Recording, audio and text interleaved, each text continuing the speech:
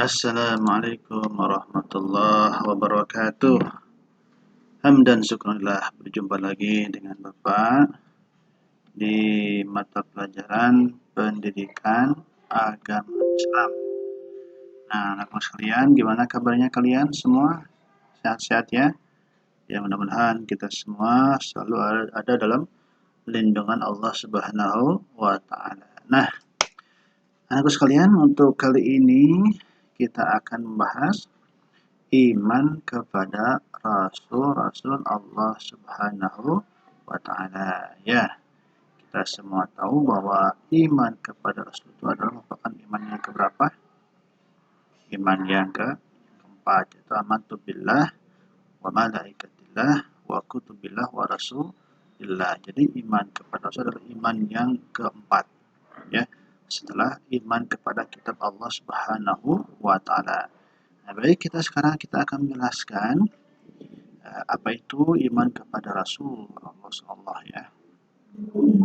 Nah, ini merupakan pengertian dari iman kepada Rasul, bahwa iman kepada Rasulullah berarti mempercayai bahwa Rasul Allah adalah orang yang diutus dan ditugaskan oleh Allah untuk menyampaikan ajaran Allah atau disebut dengan wahyu ya, yang diterimanya kepada umatnya agar dijadikan sebagai pedoman hidup. Itulah pengertian daripada iman kepada Rasul Allah. Nah, kemudian di sini jelaskan tentang ciri-ciri seorang Rasul. Ya, bahwasanya seorang Rasul itu adalah laki-laki ya, sehat jasmani dan rohani. Jadi sejak zaman Nabi Adam alaihissalam, Rasul itu berjenis kelamin laki-laki. Ya. Kemudian mempunyai akal yang sangat sempurna, ya, dibandingkan dengan yang lainnya. Ya. Terus berjiwa ismah atau jiwa mampu mengendalikan diri dari berbuat dosa, ya, dan berasal dari keturunan orang baik-baik. Nah, lalu berapa jumlah Rasul? Bahwa Allah Subhanahu wa Ta'ala mengutus Rasul itu, kalau menurut Imam Ahmad dari Abu Dzar, bahwa yang meriwayatkan bahwa jumlah Nabi itu ada 124.000 orang, ya, itu menurut Imam Ahmad ya. Sedangkan Rasul adalah berjumlah 315 orang, ya. Nah, dan Rasul yang dikisahkan Allah dalam Al-Quran adalah ada 25 orang, ya, itu bergelar Nabi dan Rasul. Ya. Jadi Nabi dan Rasul ada yang dikisahkan, ada yang tidak dikisahkan di dalam Al-Quran, ya. Tuh, seperti ada Nabi yang namanya Nabi Sam'un, ya, dan istrinya Laila itu adalah seorang nabi, di mana beliau itu memiliki kekuatan yang luar biasa. Bahkan Nabi Sam'un ini ya berperang ya melawan ratus sampai ribuan orang itu sendirian ya. Nah, yang dikenal dengan orang-orang Eropa itu dengan Samson ya. Beliau adalah seorang nabi namanya Nabi Sam'un ya, dan istrinya yang namanya Delaila. Terus tugasnya adalah apa? Ya, adalah kalian tulis, ini tugasnya oleh kalian nanti ya. Tulis nama nabi dan rasul yang bergelar ulul azmi serta tulislah beserta sejarah singkatnya. Itu tugasnya kalian nanti. Dikirim di kolom komentar ya. Nah, terus kita lanjut pula tentang mukjizat setiap rasul, bahwa mukjizat adalah suatu kejadian yang luar biasa yang menyalahi adat, kebiasaan dan hukum sebab akibat yang dikaruniakan oleh Allah Subhanahu wa Ta'ala kepada rasul. Jadi ini mukjizat sebuah kehendak dari Allah Subhanahu wa Ta'ala ya.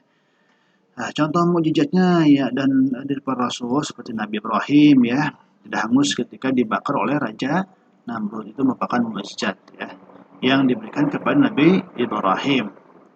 Lalu tongkat Nabi Musa berubah menjadi ular besar yang memakan habis ular ciptaan tukang sihir Raja Fir'aun ya. Tuh. Terus Nabi Isa alaihissalam mampu membuat burung dari tanah, menyembuhkan penyakit kusta tanpa pengobatan, dan dapat menghidupkan orang yang telah mati. Itu merupakan mukjizat Nabi Isa alaihi salam ya. Dan Nabi Muhammad Shallallahu Alaihi Wasallam, Nabi kita terakhir, mujizat adalah terbesar adalah Al-Quran, ya, yang isi kandungannya selain keindahan bahasanya tidak ada yang menandinginya, ya. Nah, inilah dengan Al-Quran inilah, ya, Islam menyebar ke seluruh dunia. Lalu bagaimana tanda beriman kepada Rasulullah? Yang pertama ada tanda yang sikapnya sikap mental, mempercaya para rasul atau nabi Allah, itu manusia pilihan Allah yang diutus untuk menyampaikan wahyu kepada umat manusia. Wajib mempunyai sifat mulia, itu siddiq yang artinya jujur, amanah artinya dapat dipercaya, tabligh yang menyampaikan risalah Allah, dan fatonah artinya cerdik ya. Ada yang termasuk ulul azmi ya, nabi yang dan rasul yang memiliki kesabaran dan ketabahan yang luar biasa ya selama melaksanakan tugas risalahnya ya, seperti Nabi Muhammad SAW, Nabi Ibrahim, Nabi Musa, Nabi Isa, dan Nabi Nuh alaihissalam. Ya, beliau merupakan ketabahan yang luar biasa ya, karena beliau ini selama menyampaikan risalah Allah itu tantangannya luar biasa sekali ya, tantangannya luar biasa sekali, yang namanya percobaan pembunuhan itu setiap hari ya, nama ejekan, lempar batu sebagainya, sampai Nabi Muhammad SAW itu pernah dilempar batu sampai kena dahinya ya sampai berdarah ya, tapi Rasulullah tidak pernah melawannya, namun dilawan dengan kesabaran ya. Jadi kesabarannya yang luar biasa. Terus yang keempat, bahwa Nabi Muhammad adalah penutup seluruh nabi dan rasul dan bertugas menyempurnakan agama samawi ya. Akmatul lakum dinakum itu ya.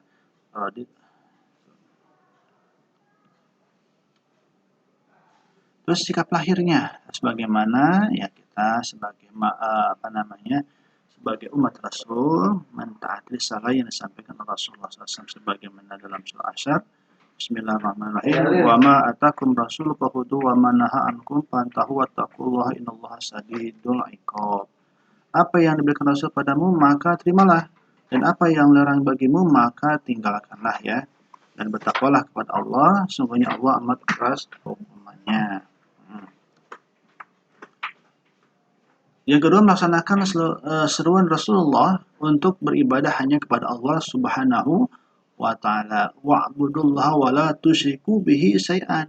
Sembahlah Allah, janganlah kamu mempersekutukannya dengan sesuatu apapun. Jangan berbuat syirik, jangan berbuat musyrik kepada Allah, jangan percaya kepada selain Allah Subhanahu wa ta'ala ya, seperti kepada hal-hal yang bersifat mistik ya, benda-benda yang dianggap memiliki kekuatan itu dilarang ya, seperti jimat-jimat sebagainya itu dilarang karena adalah merupakan perbuatan musyrik ya, perbuatan syirik.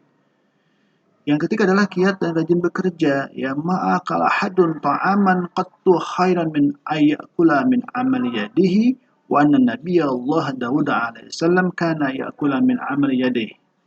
Tidak seorang pun yang makan lebih baik daripada makan hasil usahanya sendiri. Sungguhnya Nabi Daud alaihissalam makan hasil usahanya sendiri. Jadi kita dianjurkan untuk berusaha ya, karena memakan suatu hasil usaha sendiri atau merupakan suatu yang luar biasa ya, lebih baik dibanding dengan yang lainnya ya, dengan minta-minta sebagainya. Jadi anjurkan itu ya. Yang kedua, selalu mengingat, memahami dan berperilaku sesuai dengan yang dicontohkan oleh Rasulullah SAW ya. Sesungguhnya Rasul merupakan khuluq yang adim, akhlak yang sangat luar biasa, akhlak yang sangat agung yang patut kita contoh ya, yang kita contoh sifat dan perilakunya itu. Maka kita sebagai umat muslim ya tidak diharapkan untuk mencontoh perilaku-perilaku yang lain ya, melainkan kita diusahakan untuk mencontoh perilaku Nabi dan Rasul. terutama Rasulullah Nabi Muhammad Rasulullah SAW itu yang perlu kita contoh, bukan mencontoh artis gitu ya. Kadang-kadang kita kebanyakannya yang kita contoh adalah public figure seperti artis yang belum tentu ya, orang yang tidak ada, manusia yang tidak ada jaminannya untuk masuk surga. Tapi justru yang perlu kita contoh adalah orang yang dapat memberikan syafaat kepada kita, yang dapat memberikan pertolongan kepada kita nanti di yaumil akhir adalah Muhammad Rasulullah Shallallahu Alaihi Wasallam. Itulah yang perlu kita contoh. Melalui apa contohnya ya? Kita pelajari Al-Quran, kita pelajari hadis-hadisnya, itu ya. Dengarkan nasihat para ulama, gitu ya.